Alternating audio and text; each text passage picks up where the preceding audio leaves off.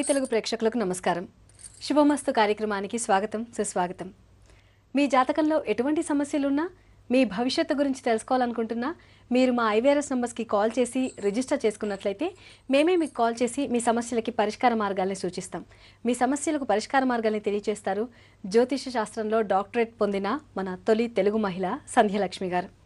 మరి ఏమాత్రం ఆలస్యం చేయకుండా ఈనాటి కార్యక్రమాన్ని ప్రారంభిద్దామా? అయితే మన ఐవీఆర్ఎస్ నంబర్స్ 125553 505101063. సంధ్యలక్ష్మి గారు నమస్కారం అండి. నమస్కారం, ప్రేక్షకులకి నమస్కారం. సంధ్యలక్ష్మి గారు, జాతకంలో బుధగ్రహం బాగా లేకపోతే ఎటువంటి అనారోగ్యం వస్తుంది, అలాగే తీసుకోవాల్సిన ఆహార నియమాలు ఏంటో నిన్న మనం చెప్పుకున్నాం కదా. ఇక ఈరోజు గురుగ్రహం వల్ల ఎటువంటి అనారోగ్యం వచ్చే అవకాశం ఉంటుందో చెప్తారా అండి? తప్పకుండా. గురుగ్రహం వలన వచ్చేటువంటి అనారోగ్యాలు అనేకం ఉన్నాయి మనకి. టైఫాయిడ్, జాండీసు అంటే పచ్చకామర్లు చెప్తూ ఉంటాం కదా, పచ్చకామర్లు.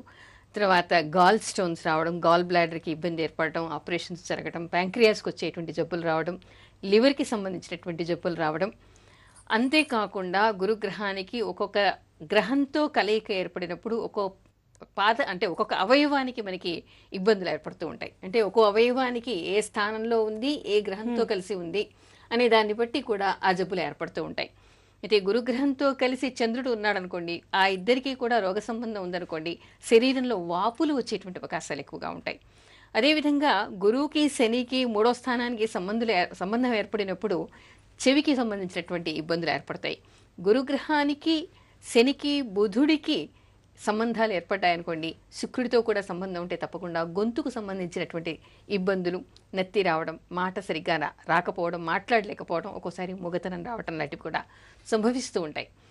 అంతేకాకుండా గురుగ్రహానికి కుజుడితో ఏర్పడినప్పుడు మనకి కొన్ని అల్సర్సు, పుళ్ళు, వ్రణాలు కూడా ఏర్పడేటువంటి అవకాశం ఏర్పడుతుంది. గురుగ్రహంతో ఎప్పుడైనా రాహుకి, తర్వాత బుధుడికి, శనికి ఇలాంటి సంబంధాలు ఏర్పడినప్పుడు క్యాన్సర్ వచ్చేటువంటి అవకాశం ఉంటుంది. గురు బుధులకి కానీ, గురు కుజులకి కానీ రోగ సంబంధం ఏర్పడినప్పుడు బెనైన్ ట్యూమర్స్ వచ్చేటువంటి అవకాశం కూడా ఉంటుంది. ఇలా రకరకాలుగా గురుగ్రహం వల్ల మనకి జబ్బులు వచ్చేటువంటి అవకాశం ఉంది. ఓకే సంధ్యలక్ష్మి గారు, మనకు కాల్ సిద్ధంగా ఉందండి. రవికుమార్ గారు లైన్లో ఉన్నారు, ఆయనతో మాట్లాడదాం. హలో హలో, రవికుమార్ గారు అండి మాట్లాడేది? లేదండి, వాళ్ళ మమ్మీని. ఓకే అమ్మా, ఒకసారి మీ బాబు బర్త్ డీటెయిల్స్ చెక్ చేసుకుందాం అమ్మా. అలాగేనండి. 29వ తారీఖు 1వ నెల 1966 సంవత్సరంలో ఉదయం 8:40 నెల్లూరులో జన్మించారు మీ బాబు. అవునండి. ఓకే, సో ఆయన ప్రాబ్లం ఏంటో సంధ్యలక్ష్మి గారితో చెప్పి తను ఇచ్చే పరిష్కారం ఏంటో వినండి అమ్మా. నమస్కారం అమ్మా, చెప్పండి.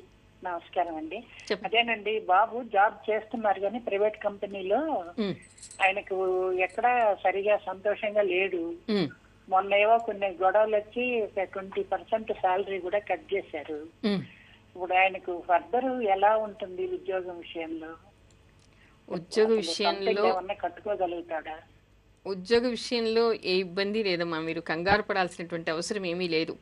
రాహు నడుస్తున్నాడు. రాహు కూడా ఇతనికి బాగా లేడు, అంటే చతుర్థ స్థానంలో ఉన్నాడు. ఎప్పుడు కూడా పాపగ్రహాలు కేంద్రాల్లో ఉండకూడదు అని అంటారు. దానికి తోడు ఇప్పుడు శని దృష్టి కూడా చంద్రుడి మీద ఉంది. అంటే సర్వీస్ స్థానానికి సంబంధించినటువంటి వాడు ఇతనికి చంద్రుడు 6వ స్థానానికి అధిపతి.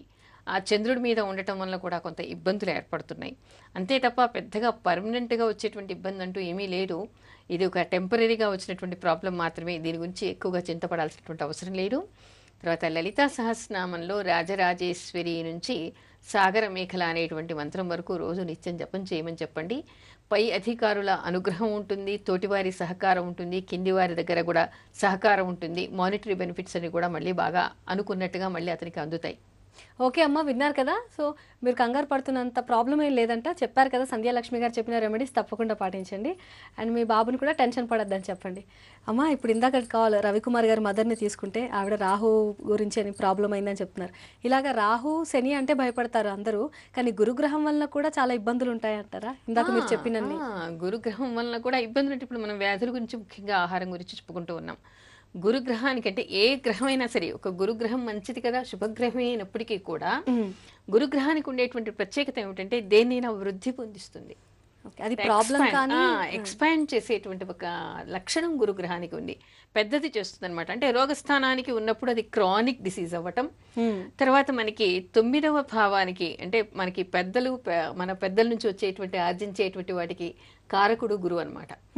ఆ 9వ స్థానానికి కారకుడు అవుతాడు కాబట్టి ఇక్కడ ఏమిటంటే పెద్దల నుంచి వచ్చేటువంటి వంశపారంపర్యంగా వచ్చేటువంటి జబ్బులు కూడా గురుగ్రహం వల్ల వస్తాయి. అంటే వంశంలో ఎవరికైనా ఏదైనా ఒక జబ్బు ఉంది అంటే ఆ గురుగ్రహం ద్వారా ఈ రోగస్థానానికి సంబంధం ఉంటే పెద్దల జబ్బులు కూడా పిల్లలకు వచ్చేటువంటి అవకాశం ఎక్కువగా ఏర్పడుతుంది. ఓకే అమ్మ, అలాగే ఈ గురుగ్రహానికి ఉండే రుచులు అలాగే ధాన్యాలు ఏంటో చెప్తారా? తప్పకుండా. గురుగ్రహానికి సంబంధించినటువంటి రుచి అంటే తీపి పదార్థాన్ని, గురుగ్రహం బాగా అనుకూలంగా ఉంది అనుకోండి, ఉచ్చస్థితిలో ఉన్నాడనుకోండి, ఎక్కువగా తీపి తినేటువంటి అవకాశం ఎక్కువగా ఉంటుంది. వీళ్ళకి తీపిని ఎక్కువ ఇష్టపడుతూ ఉంటారు. కాకపోతే ధాన్యానికి వచ్చినప్పుడు సాధారణంగా అందరూ అనుకునేటువంటిది శనగలు అని. శనగలు మాత్రమే కాదు, మెంతులు, ఆ తర్వాత పసుపుగా ఉండే మనం పసుపు చెప్పుకుంటాం కదా, పసుపు, దానికి తోడు మొక్కజొన్నలు, పసుపు పచ్చని ఫలాలు, పసుపు పచ్చని ధాన్యాలన్నీ కూడా గురుగ్రహానికి సంబంధించినవి. ఓకే, మరి ఈ గురుగ్రహం మన జాతకంలో బాగా లేనప్పుడు ఎటువంటి ఆహార నియమాలు పాటించాలంటారు? గురుగ్రహం బాగా లేదు అనుకోండి, రోగస్థానానికి సంబంధించి గురువు ఉన్నాడు అనుకోండి, తీపి పదార్థాలని ముందుగా పూర్తిగా తగ్గించాలి. ఎందుకంటే ఎప్పుడో ఒకప్పుడు వాళ్ళకి శరీరంలో షుగర్ ఫ్యాక్టరీ ప్రారంభం అయ్యేటువంటి అవకాశాలు ఉంటాయి. అంటే మధుమేహం వచ్చే అవకాశం ఉంటుంది. అంటే దానికోసం అని చెప్పేసి తప్పనిసరిగా ఫ్యాట్కి కూడా కారకుడు ఈ గురుగ్రహమే. అందుకని ఫ్యాట్స్ తినడం తగ్గించాలి, తర్వాత తీపి తినడం కూడా బాగా తగ్గించాలి. అంటే జాతకంలో ముందే తెలుసుకుని పరిహారాలు చేసుకుని జాగ్రత్తలు వహిస్తే ఏంటంటే ప్రమాద స్థితికి అది చేరకుండా అదుపులో ఉంచుకునేటువంటి అవకాశం ఏర్పడుతుంది. ఓకే అమ్మ, మనకి కాల్ సిద్ధంగా ఉంది. అంబిక గారు లైన్లో ఉన్నారండి, వాళ్ళతో మాట్లాడదాం. హలో అండి, మాట్లాడేది ఎవరు? అంబికానేనా? కాదండి, వాళ్ళ పిన్నిని మాట్లాడుతున్నా. ఓకే అమ్మ, మీ అమ్మాయి డేట్ ఆఫ్ బర్త్ ఒకసారి క్రాస్ చెక్ చేసుకుందాం. 4వ తారీఖు 12వ నెల 1983వ సంవత్సరం అండ్ అర్ధరాత్రి 12:45 కరీంనగర్ లో జన్మించింది. 45 కాదు, 40 నిమిషాలు. 12:40. ఓకే, సో మీరు ఏం తెలుసుకోవాలనుకుంటున్నారు అమ్మాయి గురించి? అంటే అమ్మాయి పెళ్లి కుదరట్లేదమ్మా, చూస్తున్నాము, కరెక్ట్ గా రావట్లేదు. ఓకే, ఒకసారి సంధ్యాలక్ష్మి గారితో మాట్లాడండి. నమస్కారం అమ్మా. నమస్కారం. ఎప్పటి నుంచి చూస్తున్నారమ్మా? అమ్మా ఇప్పుడు దగ్గర 2 years నుంచి చూస్తున్నామమ్మా. కుదరటం లేదు. కుదరట్లేదు. ఏంటంటే మా బావగారు లేరు అనమాట, అందుకని ఇంకా చూస్తున్నాం కానీ కరెక్ట్ గా కుదరట్లేదు, ఆమెకి తగ్గట్టుగా రావట్లేదు. ఒకటి, అమ్మాయికి ఏలినాటి శని ప్రారంభమైంది, దానికి తోడు కేతు మహత్యస నడుస్తోంది. గణపతికి పూజ బాగా చేయమని చెప్పండి అమ్మాయిని. ఆ తర్వాత 2013 నుంచి 14 చివరిలో అమ్మాయికి సెటిల్ అయ్యేటువంటి అవకాశం కనపడుతోంది. కంగారు పడాల్సింది ఏమీ లేదు, మంచి సంబంధమే వస్తుంది. భర్తతో ప్రేమతో అనురాగంగా ఉండేటువంటి ఈ జాతకం ఈ అమ్మాయికి ఉంది. అందుకని మీరు కంగారేం పడకండి. కామేశబద్ధ మాంగళ్య సూత్ర శోభిత కందర అనేటువంటి మంత్రాన్ని జపిస్తూ ఉండమని చెప్పండి. మ్యాచింగ్ బాగా చూసి పెళ్లి చేయండి. సంధ్యాలక్ష్మి గారు, మధుమేహం, ఈ డయాబెటీస్ ఉన్నవాళ్ళు కాకరకాయ, మెంతులు ఇటువంటి చేదు పదార్థాలు ఎక్కువగా తీసుకోవాలంటారు, ఎందుకండి? మనం జ్యోతిష్యపరంగా చెప్పుకోవాలి అంటే జ్యోతిష్యంలో మనకి తీపి పదార్థానికి గురుగ్రహం చెప్పుకున్నాం. ఒక్కొక్క గ్రహానికి ఏమిటంటే చెప్పేటువంటి రుచులతో పాటు ధాన్యానికి, ఆహారానికి అనుకూలమైనటువంటి పదార్థాలు, వ్యతిరేకం చేసేటువంటి పదార్థాలు కూడా మనకి ఉంటాయి. వాటిలో ఏమిటంటే గురుగ్రహం వల్ల వచ్చేటువంటి జబ్బులకి మనం ఫ్యాట్స్ తినకూడదు, తీపి తినకూడదు. తీపి గురుగ్రహానికి అని చెప్పుకున్నాం. వ్యతిరేకమైనటువంటిది మెంతులు. మెంతులు కూడా గురుగ్రహానికి కారకమే. అయితే ఈ గురుగ్రహానికి మిత్రత్వం కలిగి ఉన్నటువంటి వాడు కుజుడు. కుజుడికి మనం చేదు చెప్పుకుంటాం. అందుకని చేదు పదార్థం తినటం వల్ల దీన్ని అదుపులో ఉంచేటువంటి అవకాశం ఉంటుంది. అందుకని ఏం చేయాలి? కాకరకాయ తినమని చెప్తారు. చేదు, మెంతుల్లో చేదు ఉంటుంది, ఇది గురుగ్రహానికి కూడా కారకం కాబట్టి మెంతులు తినాలి, కాకరకాయ తినాలి. దానివల్ల అది అదుపులో ఉండేటువంటి అవకాశం ఉంటుంది. ఓకే, మరి జాతకంలో గురుగ్రహం బాగలేనప్పుడు ఎన్నో రకాల అనారోగ్యాలు, జబ్బులు వచ్చే అవకాశం ఉందని చెప్తున్నారు కదా, మరి వాటికి పరిహారాలు ఎటువంటివి తీసుకుంటే బాగుంటుందంటారు? ఎటువంటి పరిహారాలు తీసుకోవాలి అంటే అందరికీ ఒకే రకమైనటువంటి జబ్బు రాదు. ఒకే గురుగ్రహం అయినప్పటికీ కూడా ఒక్కొక్కరి జాతకంలో ఒక్కో స్థానంలో ఉండేటువంటి అవకాశం, ఒక్కో గ్రహంతో ఉండేటువంటి అవకాశం ఉంటుంది. అందరికీ ఒకే గ్రహంతో కలిసి ఉండడు, అందరికీ ఒకే స్థానంలో ఉండడు.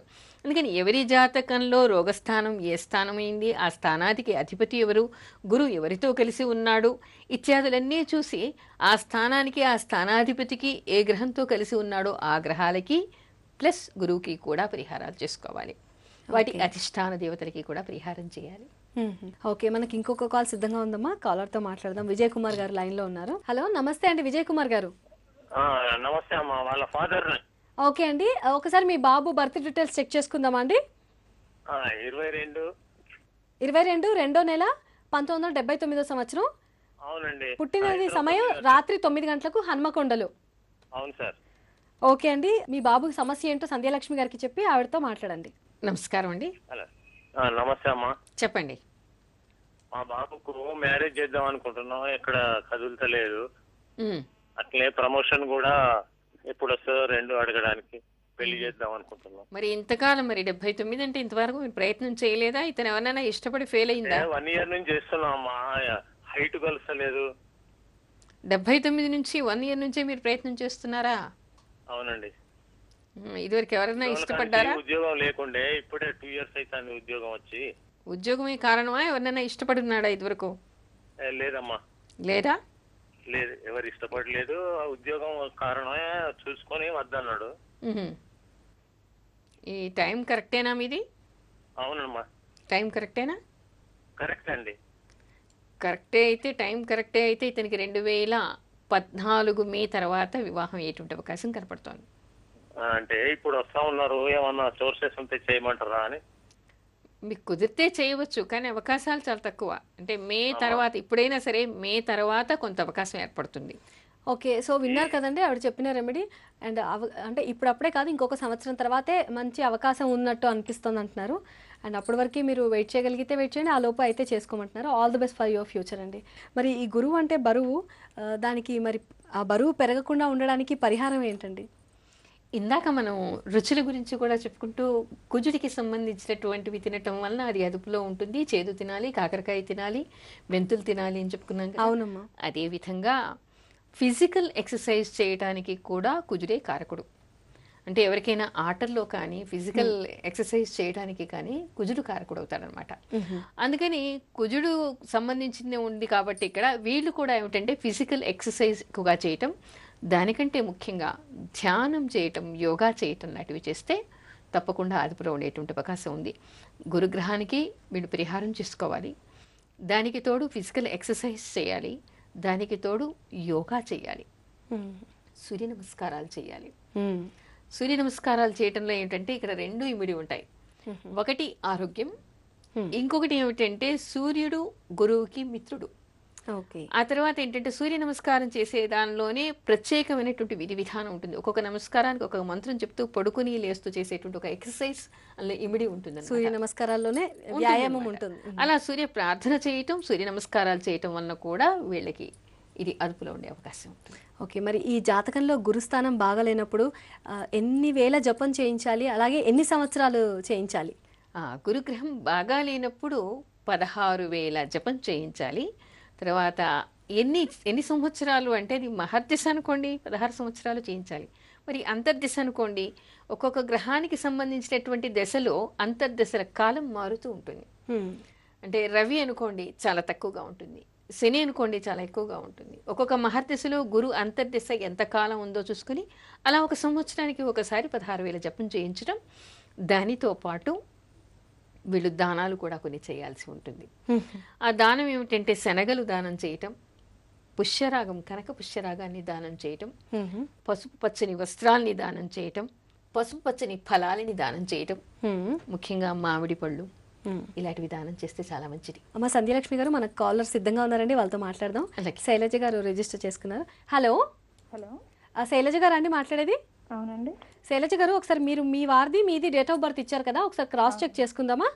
ఓకే అండి. మీది 3వ తారీఖు 12వ నెల 1983 సంవత్సరం, పుట్టింది 11 గంటల 20 నిమిషాలకి రాత్రి ఖమ్మంలో అవునండి. కదండి. అలాగే రమేష్ గారిది అంటే మీ వారిది 17వ తారీఖు 3వ నెల 1977 సంవత్సరం 12 గంటల 10 నిమిషాలు. ఎప్పుడండి ఇది? ఆఫ్టర్నూన్ అండి. ఇద్దరిది ఆఫ్టర్నూనే కదండి.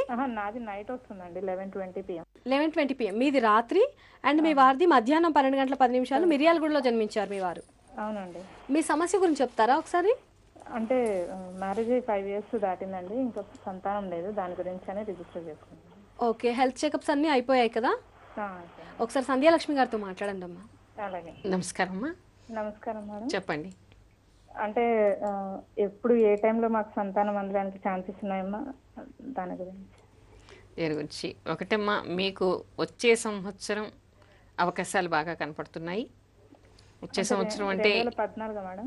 2013 మే నుంచి 2014 మే వరకు మీ జాతకం ప్రకారం కనిపిస్తోంది. కాకపోతే మీ వారి దాని ప్రకారం అయితే వారికి కూడా ఇంచుమించుగా అదే సమయంలో ఉంది. కొంచెం ఆటంకాలు అడ్డంకులు మీకు ఏర్పడతాయి. అందుకని మీరు కొన్ని పరిహారాలు చేసుకోండి.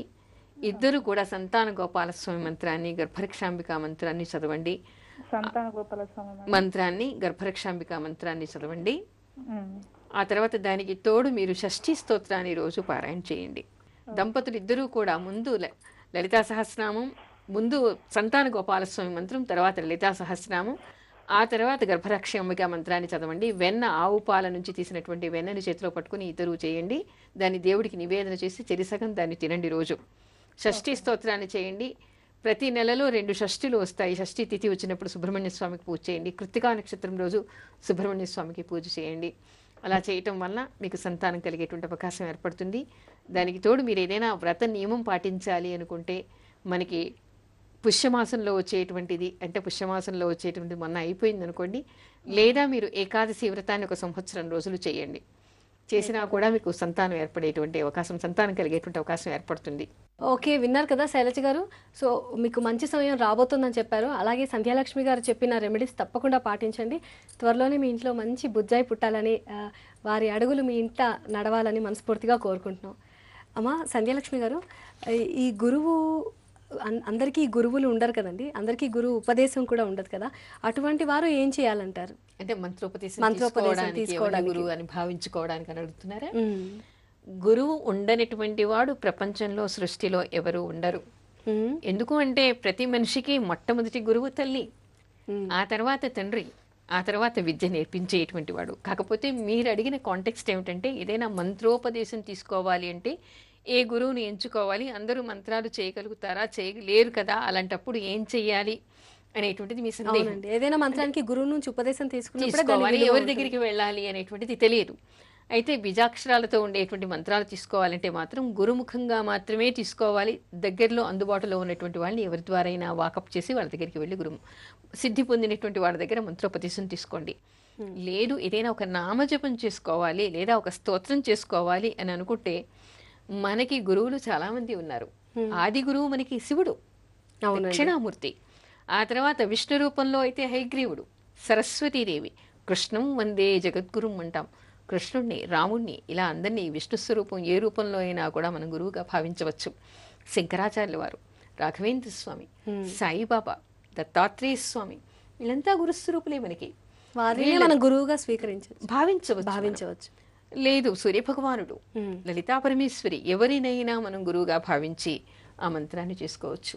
ఏకలవ్యుడి సంగతి మీకు తెలుసు కదా. అవునమ్మా. అందుకని మనం ప్రయోగం కాకుండా ధార్మికంగా ఒక నామజపం చేసుకుంటున్నామంటే ఎవరినో ఒకరిని, మనకి నచ్చినటువంటి వాడిని, సిద్ధి పురుషుల్ని, పుణ్యాత్ముల్ని గురువుగా భావించుకుని ఆ మంత్రాన్ని, ఆ నామజపాన్ని మనం చేసుకోవచ్చు. బీజాక్షరాలతో చెయ్యాలి అంటే మాత్రం గురుముఖంగా మాత్రమే ఉపదేశం తీసుకోవాలి. ఎందుకు అంటే బీజాక్షరాలు చేయడానికి దానికి విధి విధానాలు ఉంటాయి. ఏ సమయంలో చెయ్యాలి, ఎంత చెయ్యాలి, ఏ ప్రదేశంలో చెయ్యాలి, ఎలా శాంతి చెయ్యాలి, ఇబ్బందులు వచ్చినప్పుడు ఏం చెయ్యాలి అనేటువంటి అనేక విషయాల్ని గురుముఖంగా మనం తెలుసుకోగలుగుతాం. అందుకని ఆ మంత్రాన్ని సిద్ధి పొందిన వాడి దగ్గర మాత్రమే ఆ మంత్రాలు తీసుకోవాలి. లేదు ఒక నామజపం చేసుకోవాలి, ఒక స్తోత్రం చేసుకోవాలి అనుకుంటే మనం ఎవరినైనా గురువుగా భావించి ఆ మంత్రజపం చేసుకోవచ్చు. చాలా చక్కగా చెప్పారమ్మా. అందరికీ ఉన్న సందేహాలు నివృత్తి అయిపోయాయి. అలాగే చాలామంది జాతకాలకి పరిష్కార మార్గాల్ని కూడా సూచించారు. ఇక మనకు సమయం కూడా అయిపోయింది. చూశారు కదండి ఇవాళ శుభమస్తు కార్యక్రమాన్ని. అలాగే మీరు రిజిస్టర్ చేసుకున్నట్లయితే మేమే మీకు కాల్ చేసి మీ జాతక సమస్యలకు సంధ్యాలక్ష్మి గారి ద్వారా పరిష్కార మార్గాల్ని సూచిస్తాం. మీరు రిజిస్టర్ చేసుకోవాల్సిన మా ఐవీఆర్ఎస్ నంబర్స్ 125553 505101063. మళ్ళీ శుభమస్తు కార్యక్రమంలో కలుసుకుందాం. అంతవరకు సెలవు మరి. నమస్కారం.